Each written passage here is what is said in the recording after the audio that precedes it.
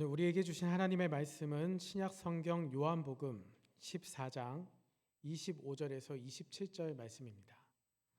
신약 성경 요한복음 14장 25절에서 27절 말씀, 우리 세 구절인데요. 한 목소리로 같이 읽었으면 좋겠습니다.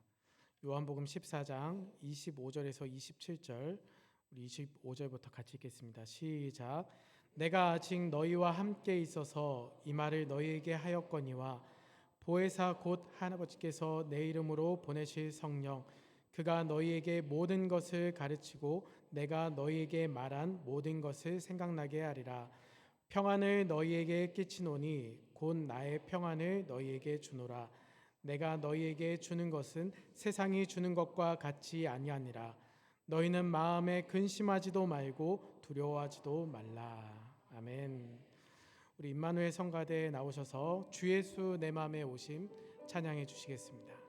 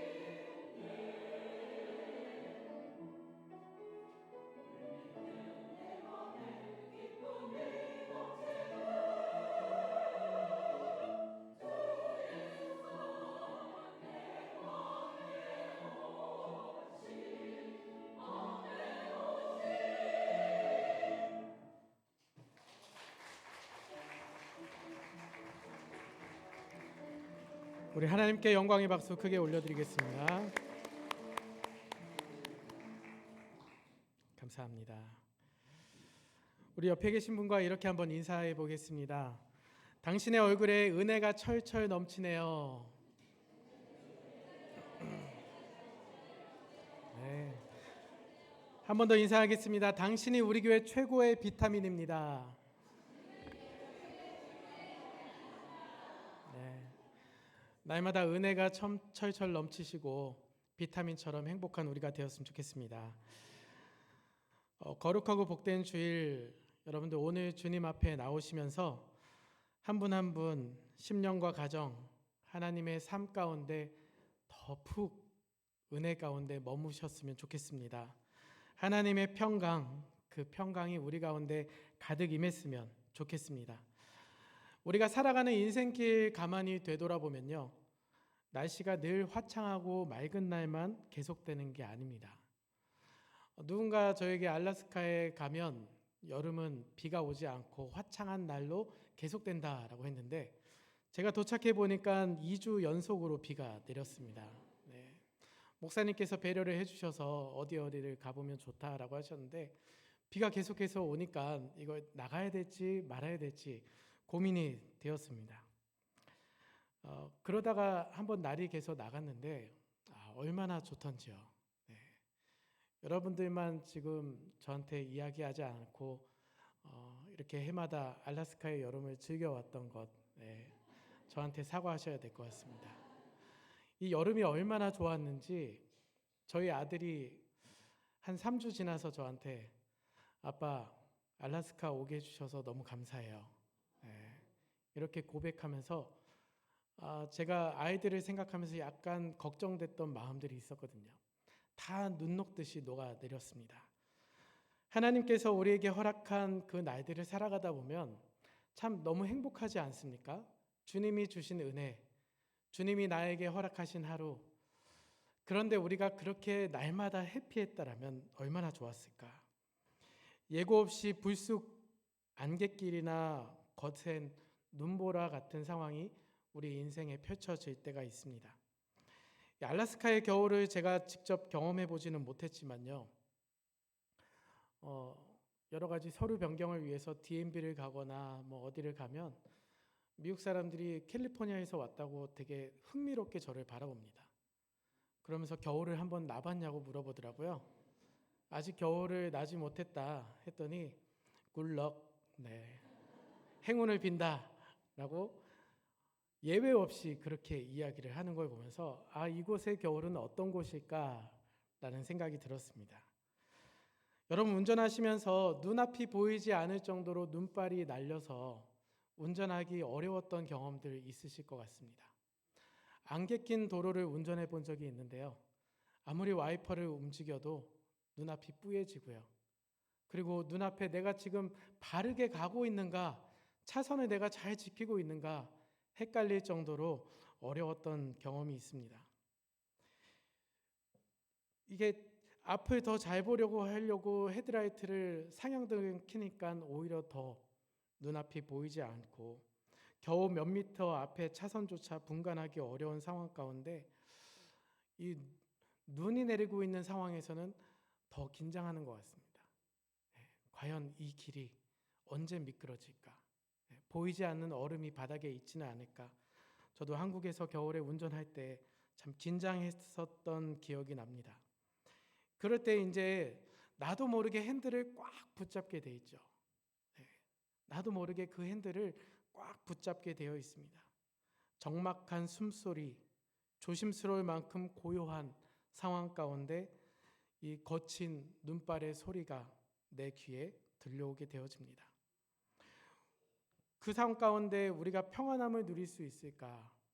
온 몸이 긴장감으로 가득 차 있고요, 불안하고 또 과연 내가 목적지까지 잘 도착했으면 좋겠다. 네. 내가 목적지까지만 다 잘 도착했으면 좋겠다. 그런 생각들로 우리가 가득 차죠.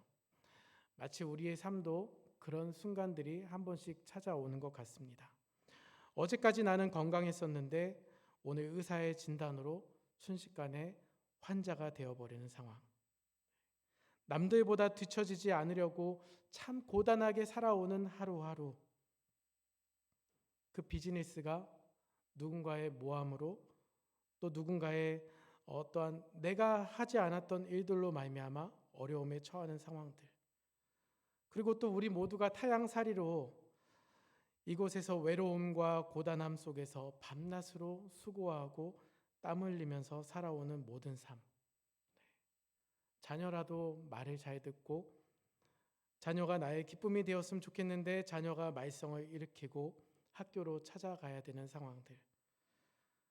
참 그런 상황들이 우리 눈앞에 다가오면 참 막막하다라는 생각이 듭니다. 우리의 삶에 다가오는 그런 경제적인 어려움도 마찬가지죠. 생업의 무거운 짐도 마찬가지죠. 숨이 턱턱 막혀지는 그런 상황들, 우리가 한 번씩은 다 경험해 봤을 것 같습니다. 한 번도 가보지 않은 내일, 그 내일을 걱정해 보신 적 있으십니까? 수많은 변화와 불확실성 앞에 홀로 서 있을 때 우리의 마음 밑바닥에서 불안과 염려의 파도 소리가 계속해서 몰려옵니다. 오늘 우리가 읽은 본문에 그러한 모습들로 가득 차 있는 제자들의 이야기가 나오는데요. 지금 본문의 상황과 예수님의 모습을 떠올려 보십시오. 또 제자들의 모습을 떠올려 보십시오. 3년이라는 세월 동안 동거동락했던 예수님과 제자들. 예수님은 그 제자들을 부르셨고 제자들의 대부분의 직업이 어부였지 않습니까? 갈릴리 바다에서 배와 그물을 버려두고 예수님을 따라왔습니다. 어떤 이는 세관에 안정적인 일자리를 내려놓았고요. 자신과 함께 있었던 가족 그리고 고향의 모든 익숙함을 뒤로한 채 예수님 한 분만을 바라보고 자신의 인생의 전부를 던져서 지금 예수님을 따라다니고 있습니다. 예수님은 그들에게 위대한 스승이었고 지도자였으며 자신들의 앞에 있는 어떠한 것도 막아주는 유일한 안전지대였고 삶의 버팀목이었습니다. 그런데 오늘 요한복음 14장에 이르러서 예수님께서 제자들에게 청천벽력 같은 말씀을 던지십니다. 이제 내가 너희를 떠날 것이다. 이제 내가 너희를 떠나서 아버지께로 가야 할 날이 왔다라고 말씀하십니다. 여러분, 이 말씀을 듣는 순간 제자들의 눈앞은 어떻게 되었을까? 깜깜해졌을 것입니다. 눈앞이 깜깜해졌겠죠. 가슴이 철렁 내려앉습니다. 우리의 전부였던 예수님이 떠나시면 그럼 우리는 어떻게 된가? 나는 모든 걸 다 포기하고 예수님께 올인했는데 직업도 가정도 다 내려놓고 지금 예수님을 쫓아다니고 있는데 그 예수님께서 아버지 곁으로 가신다는 게 도대체 무슨 말인가? 우리를 지켜주던 울타리가 사라지면 이제 이 험한 세상에서 우리는 어디로 가야 된단 말인가? 이 제자들의 마음 속에는 말로 다할 수 없는 혼란과 불안 그리고 외로움이 찾아오기 시작했던 것 같습니다. 그들이 느꼈던 두려움은요, 믿음이 없어서가 아니었습니다. 한치 앞을 내다볼 수 없는 현실 앞에 서 있는 인간이라면 누구나 다 느낄 수 있는 정직한 현실 앞에서의 아픔 아니겠습니까? 그렇다면 성도 여러분, 이처럼 미래를 확실하게 알 수 없고 내일을 장담할 수 없는 인생의 짙은 안갯길 가운데서 우리는 과연 어떻게 마음의 평안을 유지할 수 있겠습니까? 어떻게 우리는 마음 가운데 고요한 물결 그 가운데로 나아갈 수 있을까요? 이 마음을 짓누르는 근심과 두려움을 우리는 어떻게 이겨낼 수 있을까? 오늘 예수님께서 우리에게 들려주시는 말씀을 통해서 우리가 주님이 주시는 참된 평안을 다시 회복했으면 좋겠습니다. 우리 마음이 요동치고 불안이 찾아올 때 여러분 우리에게 가장 먼저 반응되어지는 것 무엇인지 아십니까? 그동안 들려오지 않았던 세상의 소리가 들려옵니다. 사람들의 소리에 반응하게 되어집니다. 이게 바로 마음이 요동치고 불안하는 사람에게 첫 번째 나타나는 반응입니다. 귀가 얇아지는 것이죠. 앞으로는 어떻게 될까? 저 사람은 나에게 어떤 조언을 해줄 수 있을까? 이 사람에게 다가가서 물어보고 이분에게 다가가서 조언을 요청합니다. 세상은 앞으로 어떻게 변할까? 나는 지금 어떤 결정을 내려야 될까? 내가 지금 잘 하고 있는 것일까? 아내에게, 남편에게, 혹은 자녀들에게, 교회에서 만나는 지체들에게 도움을 요청하고 이야기를 꺼내고 자신의 근심거리를 이야기하면서 어떤 답을 해줄까 기대를 합니다. 주변 사람들의 수많은 말들이 있죠. 세상의 흉흉한 소문들이 우리에게 계속해서 들려옵니다. 우리가 휴대폰을 통해서 매스미디어를 통해 쏟아지는 수많은 이야기들이 오히려 우리 마음 가운데 더 근심을, 또 세상의 소리들은 내 머릿속에 부정적인 생각과 상상들을 계속해서 불러일으킵니다. 이렇게 하다가 잘못되면 어떡하지? 큰일이 나면 어떡하지? 라는 생각들이죠. 하지만 성도 여러분, 우리가 불안할 때 사방의 소리에 귀를 기울이면 기울일수록 우리 마음 가운데 평안은 더욱더 사라지게 마련입니다. 우리를 가라앉게 만드는 그 혼란의 늪은 계속해서 더욱더 우리를 빨아당깁니다. 그 불안과 두려움의 자리에서 오늘 예수님의 제자들은 어떻게 반응했을까? 예수님은 제자들에게 어떻게 말씀하실까? 예수님은 제자들을 안심시키기 위해서 그들의 환경을 내가 바꿔주겠다. 나는 아버지께로 가지만 내가 다 준비해 놓고 갈 테니까 걱정하지 마. 내가 다 환경을 바꿔놓을 테니까 걱정하지 마. 이게 아니었습니다. 로마의 군대를 물리쳐 주거나 눈앞에 험난한 파도를 단번에 없애주시겠다 약속하신 게 아니라는 것이죠. 대신 예수님께서는 전혀 다른 약속을 해주시는데요. 본문 26절에 보니까 우리 함께 한 목소리로 같이 읽어봤으면 좋겠습니다. 시작. 보혜사 곧 아버지께서 내 이름으로 보내실 성령 그가 너희에게 모든 것을 가르치고 내가 너희에게 말한 모든 것을 생각나게 하리라. 아멘. 예수님의 약속은 다름 아니라 성령 하나님이셨습니다. 보혜사 성령, 돕는 자라는 뜻이죠. 이 보혜사라는 단어는 헬라 원어로 파라클레이토스라고 합니다. 이 말의 뜻은 도움이 필요한 사람의 곁으로 부름을 받아서 그 사람 곁에 나란히 함께 그 길을 가지고 지켜주고 변호해주는 바로 위로자라는 뜻입니다. 내가 외롭고 두려울 때 멀리 계신 하나님이 아니라 나와 늘 동행하시고 인도하시고 나를 지켜주시는 성령 하나님을 보내주시겠다라는 것이죠. 그런데 이 보혜사 성령님이 우리 곁에서 행하시는 가장 핵심적인 사역이 무엇이냐? 바로 내가 너희에게 말한 모든 것을 생각나게 하리라. 바로 주님의 말씀을 생각나게 하는 것이 성령님의 가장 첫 번째 능력입니다. 인생의 거센 폭우가 몰아칠 때 배가 뒤집히지 않고 안전하게 그 자리에 머무르게 하려면요, 이 바닥 깊은 곳까지 닻을 내려야 됩니다. 그리고 그 닻은 아무리 파도가 출렁여도 아무리 모진 바람이 불어와도 그 배를 한 자리에 머무르게 만듭니다. 마찬가지로 우리의 인생이 흔들릴 때, 우리의 삶의 지경이 흔들릴 때 성령 하나님께서 우리 안에 거하시는 가장 복된 역사, 하나님께서 나에게 성령 하나님께서 주시는 가장 큰 선물은요, 사람들의 변덕스러운 말이나 세상의 불안한 소리가 아니라 영원히 흔들리지 않는 하나님의 말씀을 생각나게 하여 주시는 것, 예수님의 말씀이 내 안에 역사하게 만드시는 것, 그 말씀이 생각나게 해주시는 것, 놀라운 역사가 성령님의 역사입니다. 구약의 선지자 이사야는 이사야 26장 3절에 이렇게 선포하고 있습니다. 주께서 심지가 견고한 자를 평강하고 평강하도록 지키시리니 이는 그가 주를 신뢰함이니이다. 아멘. 여러분, 여기서 평강하고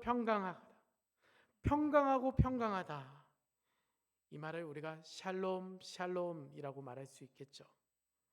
히브리서 성경에는 샬롬이라고 기록하고 있습니다. 평강이란 단어가 2번 겹쳐 있죠. 이것은 세상의 어떠한 바람도 어떠한 시련도 결코 찢어지거나 깨어지지 않는 완전한 평안을, 흠이 없는 완전한 안식을 이야기합니다. 그렇다면 어떤 사람이 이 샬롬의 삶을 살아갈 수 있을까요? 바로 성경은 심지가 견고한 자라고 이야기하고 있습니다.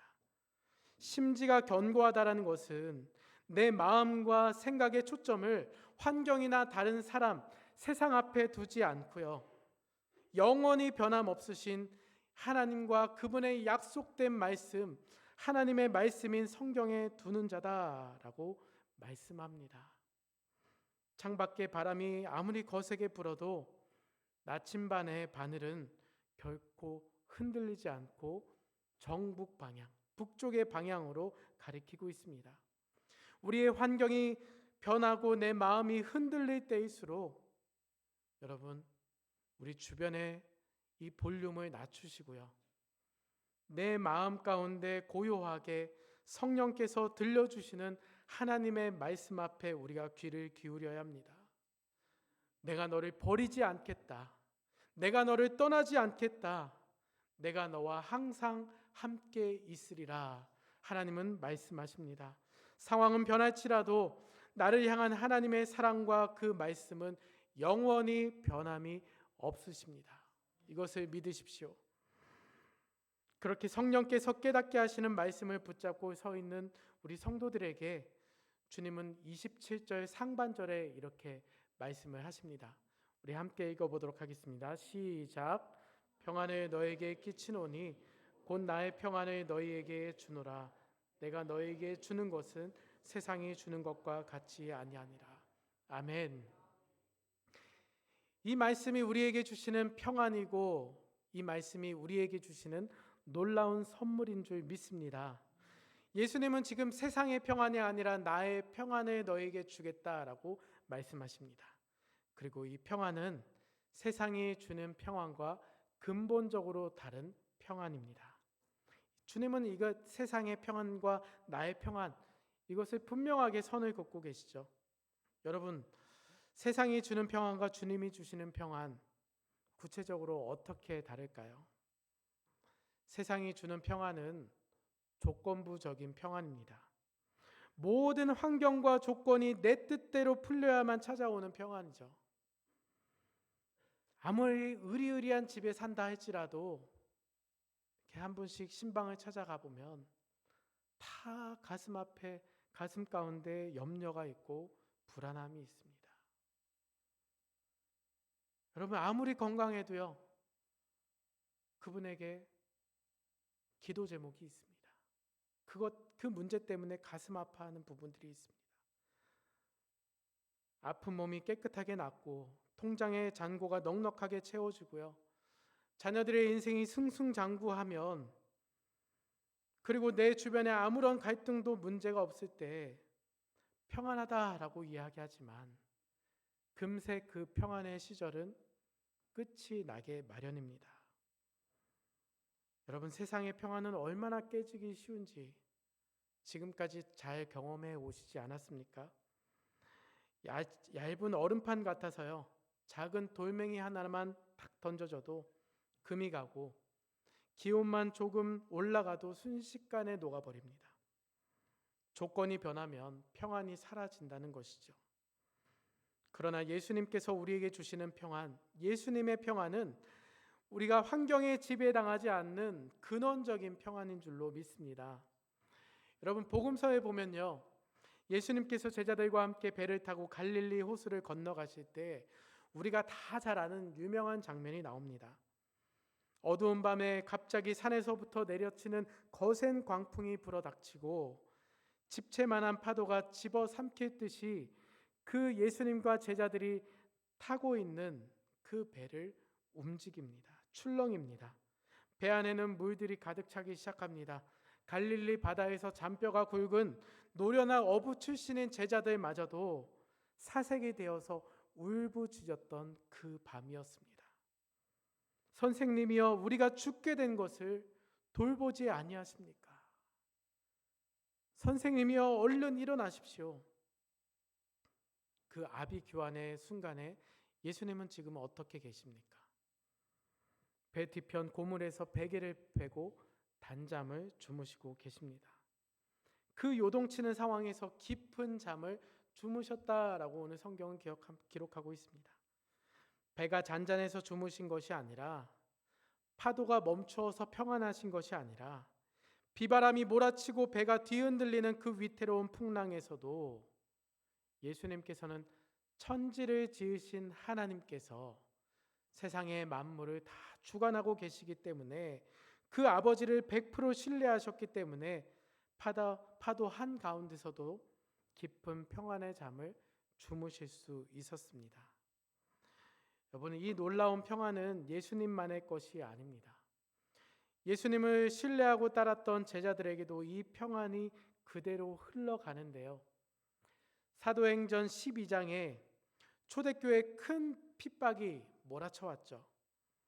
야고보 사도가 순교를 당했고, 그리고 베드로 사도는 헤롯 왕에게 붙잡혀서 그 깊은 어두운 감옥 가운데 갇혔습니다. 내일이면 어떤 일들이 일어날지 모르는 그 상황. 두 발에는, 그리고 두 손에는 무거운 옥고가 채워져서 자유로이 움직일 수 없는 그런 상황이었습니다.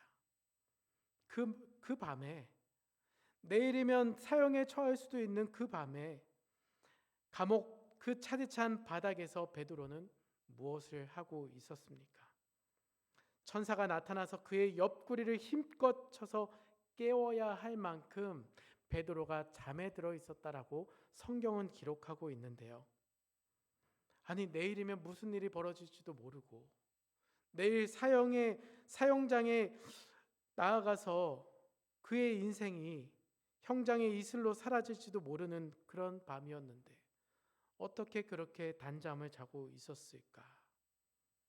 여러분, 베드로는 분명히 알고 있었기 때문입니다.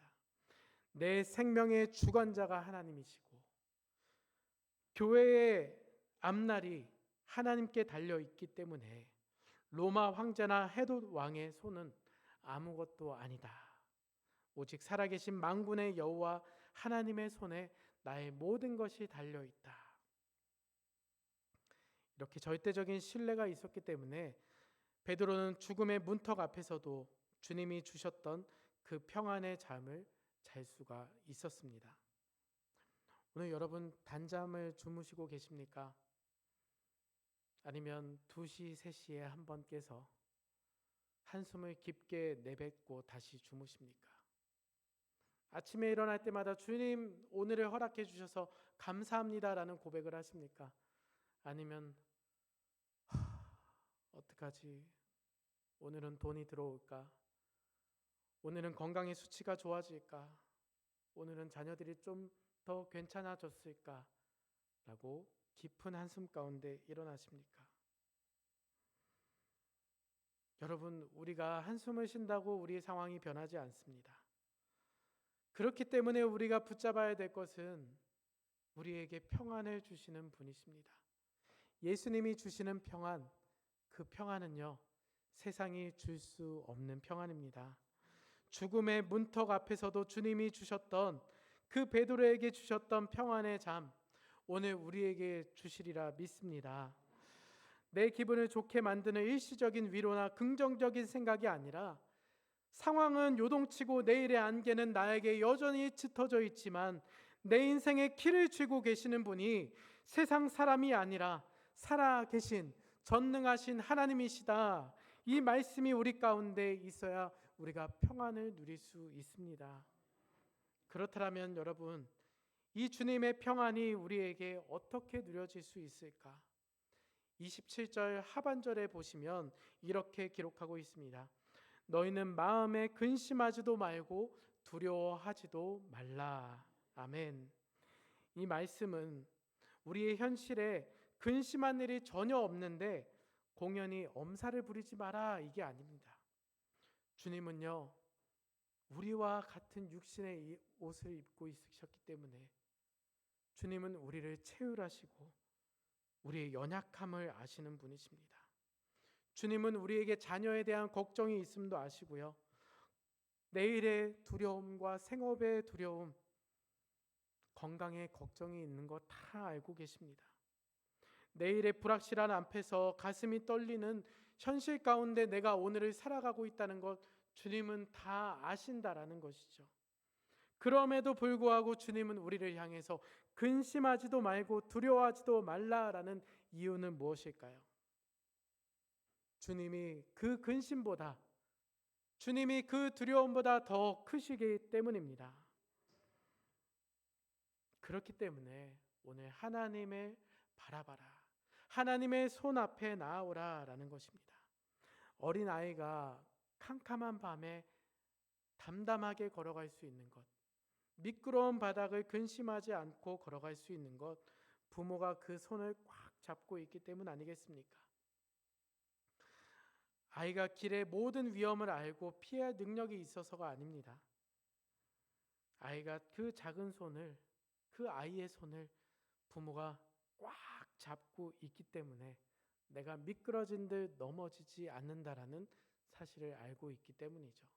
그래서 어떤 아기는요, 그 부모의 손을 잡고 오히려 자신의 몸에 힘을 빼서 그 얼음판을 즐기는 아이들도 있습니다. 아버지의 크고 억센 손을 전적으로 신뢰하기 때문이죠. 아이는 아버지를 믿기 때문에 어두운 길 앞에서도 두려워하지 않고 미끄러운 길 앞에서도 주저하지 않습니다. 우리도 하늘 아버지를 바라보며 걸어갈 때 우리의 상황과 환경은 전혀 문제가 되지 않습니다. 사도 바울은 빌립보서 4장 6절과 7절에서 이렇게 우리가 평안을 누리는 구체적인 비결을 선포하고 있습니다. 같이 한번 읽어보겠습니다. 시작. 아무것도 염려하지 말고 다만 모든 일에 기도와 간구로 너희 구할 것을 감사함으로 하나님께 아뢰라. 그리하면 모든 지각에 뛰어난 하나님의 평강이 그리스도 예수 안에서 너희 마음과 생각을 지키시리라. 아멘. 여러분, 여기서 지킨다라는 표현은요, 성벽 위에서 밤낮으로 가리지 않고 항상 지키는 파수꾼을 나타내는 용어입니다. 우리가 염려를 내 손에 쥐고 밤새도록 끙끙 앓는 대신에 기도와 감사로 하나님 앞에 우리의 모든 짐을 내어 맡겨 드릴 때 우리의 계산과 우리의 이해를 뛰어넘는 모든 지각에서 뛰어나신 하나님의 평강이 우리의 마음의 성벽을 파수꾼과 같이 지켜주실 줄로 믿습니다.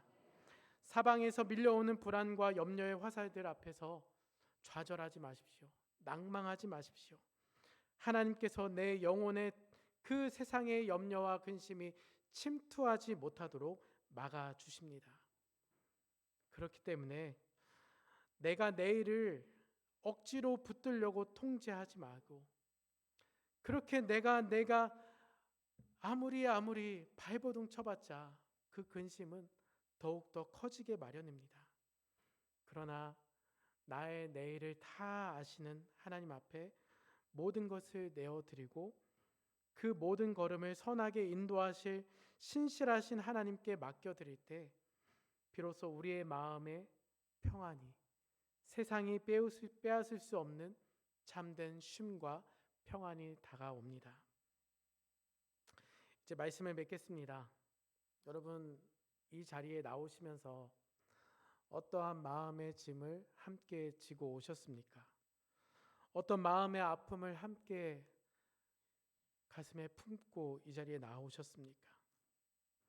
주님 앞에 나올 때 한숨 짓게 나오는 것들, 이 예배의 자리에 나오면서도 주님을 온전히 바라보지 못하게 만드는 나의 근심들, 다른 이들에게 차마 털어놓지 못하지만 홀로 가슴앓이 하면서 마음 한구석 시리고 답답하게 이 자리에 계신 분들, 오늘 주님은 흔들리는 우리에게 그 따뜻한 손으로 잡아주시면서 부드러운 음성으로 말씀하십니다. 사랑하는 내 아들아, 사랑하는 내 딸아, 마음에 근심하지도 말고 두려워하지도 말아라. 내가 세상에 줄 수 없는 참된 평안을 내가 너에게 주겠다. 우리의 형편과 조건이 완벽해서가 아니라 우리를 눈동자처럼 지키시는 신실하신 하나님 아버지께서 우리의 참된 반석이 되시기 때문입니다. 그렇기 때문에 우리가 다시 한번 하나님을 바라봅시다. 세상이 사방이 우겨쌈을 당할지라도 하늘은 열려 있습니다.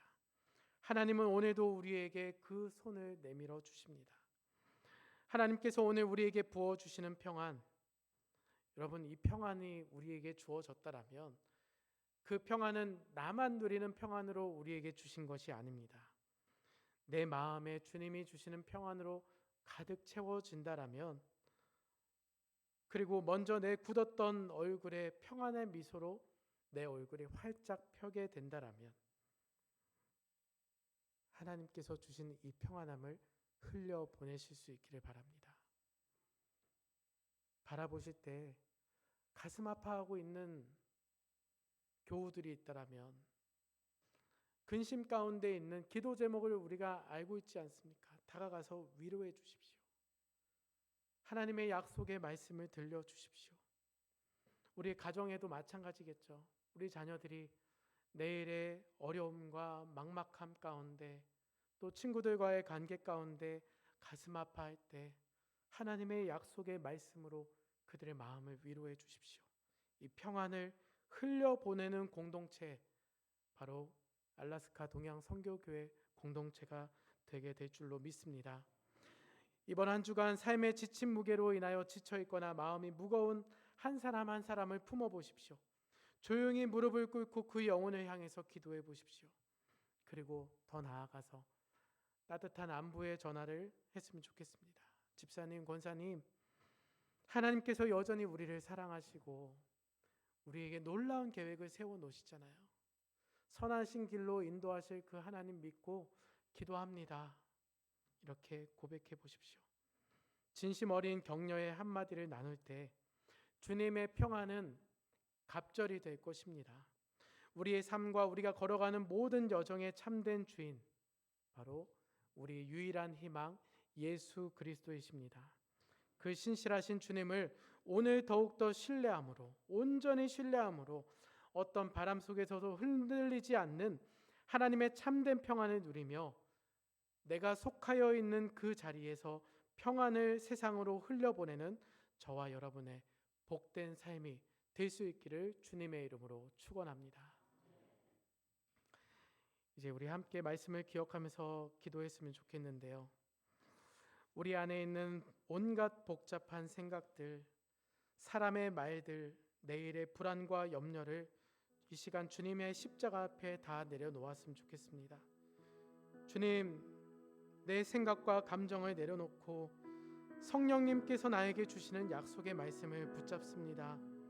풍랑 가운데도 주무셨던 주님의 평안, 그 온전한 평안을 나의 심령에, 나의 가정에 부어주시고 이 LA 알라스카 동양 선교교회 가운데 주님 부어주셔서 하나님께서 우리 교회를 통하여서, 나의 삶을 통하여서 내가 속하여 있는 모든 곳들 가운데 주님이 주시는 평안으로 가득 채워 주시옵소서. 이 시간 주님의 평안을 위하여 구하면서 함께 한 목소리로 간절히 기도하겠습니다. 주님 감사합니다.